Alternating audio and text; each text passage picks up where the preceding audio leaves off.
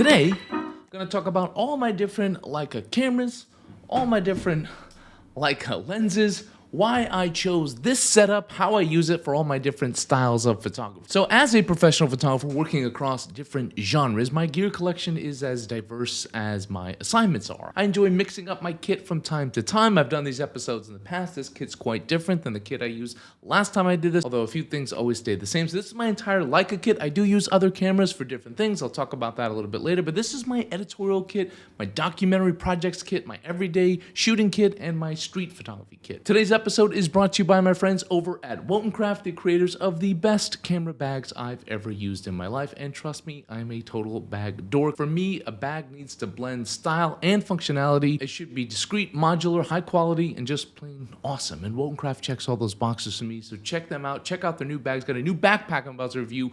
That's coming in actually today or tomorrow. It looks awesome. I'm excited about it. Anyway, check all that out in the link in the description box below. It's an affiliate link, so if you are interested in buying the bags, help a brother out, help this channel out, and use that link. But don't buy a bag unless you want to, obviously, but check out their bags. They're awesome. All right, so let's dive into my Leica gear, starting with camera bodies, and then I'll move my way into the lenses. So let's start with my favorite, a rarity, something that a lot of people don't use, but a lot of people are quite interested in, and that is the Leica M10D. This is a digital Leica M, but without a screen. It's analog meets digital in its own little way. This is my go-to camera for personal projects. I use it for long-form documentary work. I have an image from this camera published in a global Leica ad campaign that happened a long time ago, but that work was just exhibited at the Leica store in Singapore. And in addition to documentary work, I use it sometimes for assignment work when I have a little more time. I also use it as an everyday camera as well.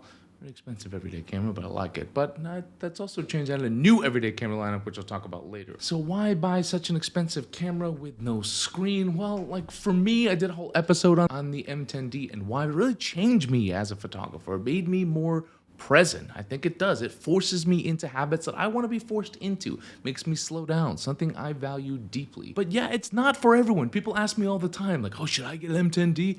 I really don't know. Like for me, it works. I want to slow down. My long-term projects, I spend not just days with people, weeks with people. So I can make some mistakes with this camera. But why I bought it and why I love it? Because this camera is purity and minimalism at its finest. The M series design resonates with me deeply.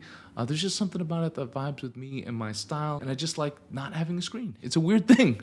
What I don't love, well, what I don't love is what also I love sometimes. There are moments when not having a screen sort of trips me up, especially when I need to focus close or confirm a shot, which I feel pretty good with manual focus with a rangefinder, but when I'm photographing through cages or fences for my animal work, a screen would definitely come in handy because photographing through something in the foreground like that with a rangefinder can be quite challenging, if not impossible. Next on my list is the Leica SL2S. This is my workhorse for editorial assignments. It's a brick of a camera. It's really heavy in the hand. The build quality is amazing, but that's what I love about it. It's weather sealed, it's robust, and has a crisp EVF. It's a tank, and it's beautiful in its own rugged way. It's ruggedly handsome. You might ask yourself, like, why not upgrade to the SL3? If you watched some of my videos before, I mentioned that I was going to. I still haven't. I did think about using the SL3 for commercial work, video work, and editorial work, but honestly, the type of work that's paying the bills these days, a lot of these hybrid shoots for me, so I'm shooting stills and shooting video, and I mentioned I also shoot Sony, so for all my commercial work for my Mott Visuals company, which is a lot of luxury hotels and resorts, lifestyle photography, commercial photography, and commercial video production as well, we use Sony because it's just so many hybrid options. But it's hard to justify like a $7,000 upgrade for editorial work. If you know the rates in this industry, you'd understand.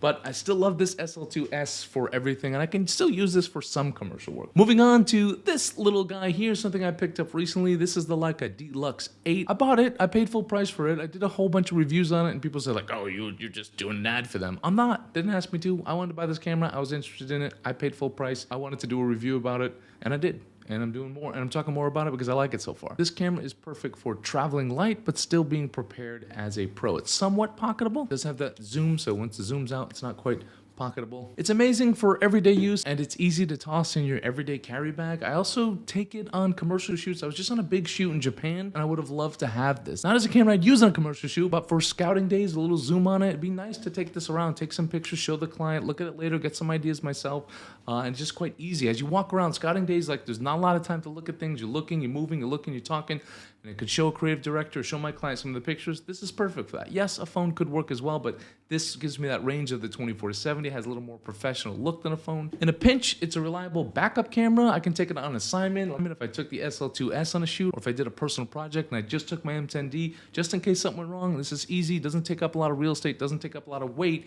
just a nice little camera to bail me out if something goes wrong. And it just kind of complements the M10D nicely because it has a screen, because it has macro, because it's a zoom, complements the way I work with the SL2S with fixed lenses on it, also with the M10D with a fixed lens on it, no screen. It comes in handy. It's a perfect little backup camera. Moving on to lenses, I'll start with my favorite here. This is the Leica 35mm Summilux lens, not the newest version, the version before. However, I do like close focusing, so if I were to start from scratch, I'd buy that, spend a little more money on that, but it's not quite worth it for me to upgrade. This is my favorite lens I've ever owned, easily. It's my workhorse. Like I said, no matter what brand I've shot with, I've always had a top tier 35mm in my kit because that's the focal length I use the most. That's where I invest the most money. This one is my absolute favorite. It's compact, it's beautifully designed, and it comes with an amazing character. I love the look I get out of this lens, and it's just my favorite. Like, if you ask me one camera, one lens, this is it. This lens. Which camera?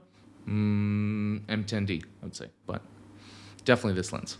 There was no, definitely this lens. M10D, I don't shoot mega wide often, so you're not gonna see a mega wide in the lineup. So the next one on this list is the Leica 50mm Summilux. This is the new version with that close focusing. Love it, absolutely love it. I got this one at a decent price from a demo model that I bought from the Leica store in Singapore. I love having the close focusing for portraits, really comes in handy. It's versatile enough to handle almost everything. I used it on a full New York Times story about coffee, and I just used this lens. I love the way it made me shoot. I love the character of the lens, just like the 35. I love how small it is, and I like that focal length. I like a 35 more, but 50 sometimes. I always like to mix it up. I always like to try different things with my photography, and again, I don't like to go mega wide. It just doesn't work for me. 35 is about as wide as I like to go typically.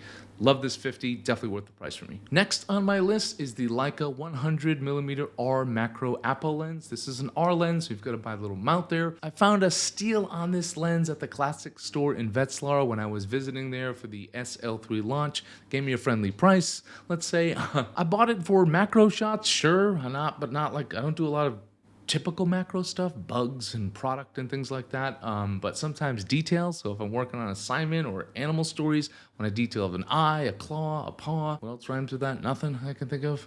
Shooting in RAW, but mainly I bought it as a portrait lens to get really close, to get unique portraits with it. Love the look. It's big, it's heavy, and the throw is really long. It's really long, but you know, this is for situations where, again, I can slow down. Portraits, I like to slow down. It lets me get up close and personal, offers me more creative opportunities or different creative opportunities. It doesn't break the bank. It does weigh the bag down a little bit. I don't take it on every shoot, but it's becoming a more regular in my lineup. And it's also a long lens when I need it. Sometimes I need a longer lens, not often. And last on my list is a very un-Justin-like lens. This thing is huge. This is the Leica 24-90 f2.8 to f4 zoom lens. This is the only zoom lens on my list. I guess the Deluxe is a zoom lens. It's giant, it's bulky. I bought it used for about half the price of a new one. I wouldn't pay $5,000 for this, but I paid like almost $3,000, a little bit less. But with more clients wanting hybrid shoots, video plus stills, this range gives me a lot of options when I need to work fast. So oftentimes on my shoots, I might be shooting stills and video, or it might be ghosting, meaning the video is a priority and I've got to take stills really quickly. That offers me a ton of range, and I can work fast within that range. So if I need to get a lot done in a small amount of time, just give a lot of variety, it's not a lot of time to think, just shoot, and edit later, it comes in handy. It also covers me if something goes wrong with my prime. So if something went wrong with my 35, I could shoot that. Something goes wrong with my 50, I've got it covered there. Great for documentary video work, although I don't feel like it quite has the fantastic documentary video camera yet. Talk about my workaround with that next, just briefly. It has a lot of range and it covers me for certain assignments, but I bought it mainly for video work, back up my primes, and have insurance for my primes, with hopes that I would switch to the Leica system full-time for commercial work as well. And so as a video lens, I couple that with a Panasonic Lumix S52X, which I'm filming this on. Bought that camera to work in the SL system ecosystem because it takes L series lenses, and I thought that would be nice if I want to grow into that system, which I do. Again, I said my goal is I'm still trying to make the Leica system work for my commercial work. I just haven't got there yet, but this is a step in the right direction. This kit works for me. It doesn't work for everyone. I shoot so many different things, and I shoot all those things in many different ways. So I'm not saying this is the perfect kit for anyone. It's just what works for me right now. I often change, I often mix it up. Again, like I said, some things stay the same. I typically like prime lenses. I typically like minimalistic cameras.